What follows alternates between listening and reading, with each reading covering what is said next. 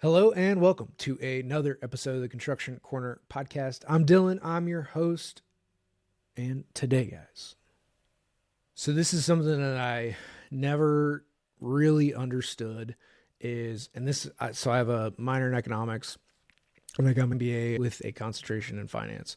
So I took all the finance courses, all the macro and microeconomics courses, and I've listened to a bunch of economists over the years talk about the economy in general as a whole. What everybody always misses is it's your own personal economy.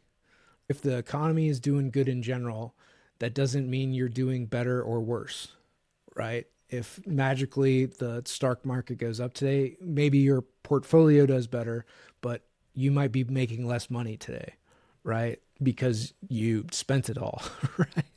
Everything comes down to always your personal economy. What are you doing to make yourself and your life better?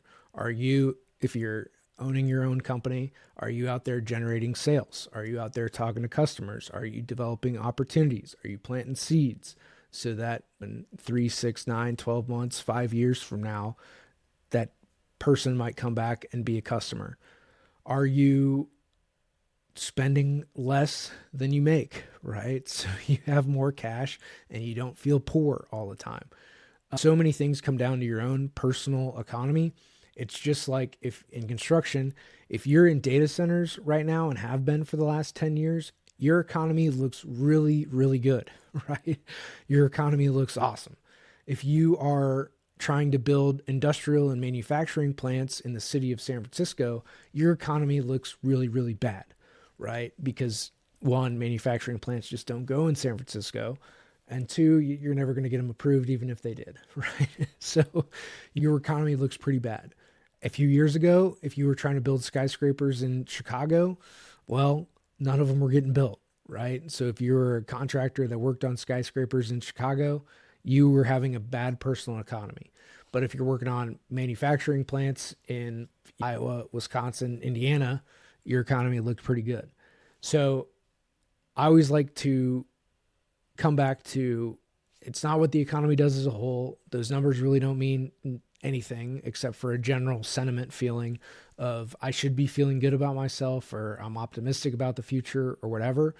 But realistically, and how I've always felt, is I'm either optimistic or pessimistic based on what my own outcome and my own circle, my own 3 feet around me is doing, right? If life is on a good trajectory, graduating, I got a job, I go to school for my MBA, I get my PE, I'm getting raises, right? Personal economy is looking really good. Even if at that same time, the oil market's tanking, right? So if you're in the oil industry, life looks bad, but it looks good for everybody else because gas is $2.50 a gallon. So I think this whole idea of the economy is, it all comes down to what are you doing? What are you out there trying to achieve?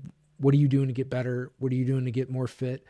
What's your health doing? Because again, personal economy is like personal health, right? We can say that everybody's fat, but there's still guys walking around with a 5% body fat index, right?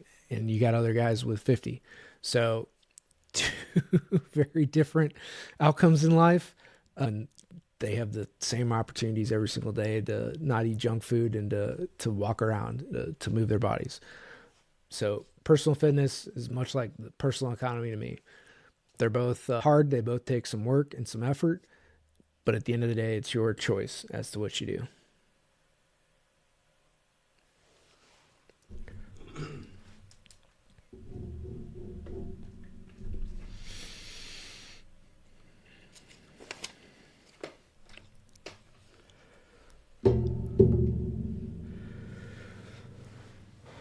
One thing I've gotten from a couple books that I've been reading here lately, spanning from uh, management consulting to memoirs of he retired as a lieutenant colonel and served in both Korea and Vietnam. So from military books to management consulting, one of the things that these two books, really a genre of books, have in common is talking about the language that we use.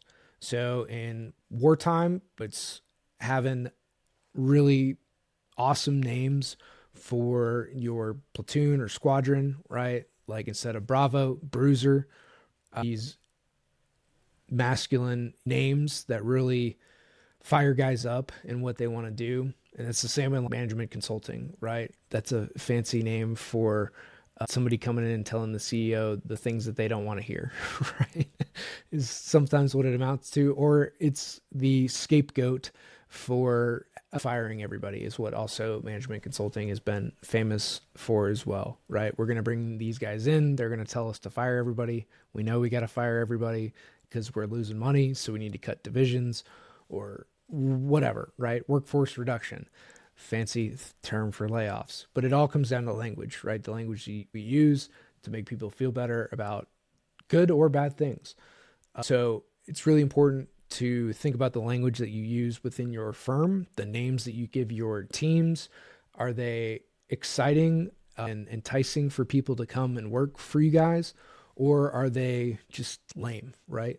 Like get some cool factor around names, around the language that you use as a company. Language is so important. Again, listen to a podcast, a family company. They do hundreds of billions of dollars a year, been around for close to a century now. And the guy that I was listening to was second generation. He is 90 years old, and language is so important to this guy that he corrects everybody. And I think he was saying that he had a grammar class that he would take his executives through, that he would host for guys, which just shows you like how important language is, how important the usage of specific words are, phrases. One that he pointed out was the proof is in the pudding. He's like, the proof is not in the pudding.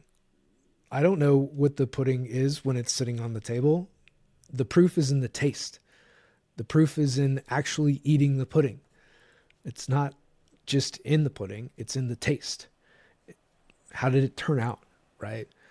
So these like nuances, or might seem like nuances, but these details matter a ton. And it's details both in the language that we use, details that we put on our drawings and in construction that we think about, right? That things that other people might leave out, or little items that can cost a whole lot of money in not having those details within a project. So pay attention not only to the language you use, the details that you put into your drawings and the construction, into, little things, man, like cleaning up trash in the parking lot or trash that you walk past. Like it won't take you much time or anything to go grab that chip bag that's blowing in the wind. Those little details, those little pieces that you pay attention to or give clients, right? That you heard something in a conversation and then you get a care package with that thing. That stuff means a lot to a lot of people. Paying attention to those details, providing those details is really going to go a long way with everybody that you interact with. It's your crucial of language, of the gifts you give, your appearance, all the other little things that show up throughout your life. So pay attention to those things. They do matter.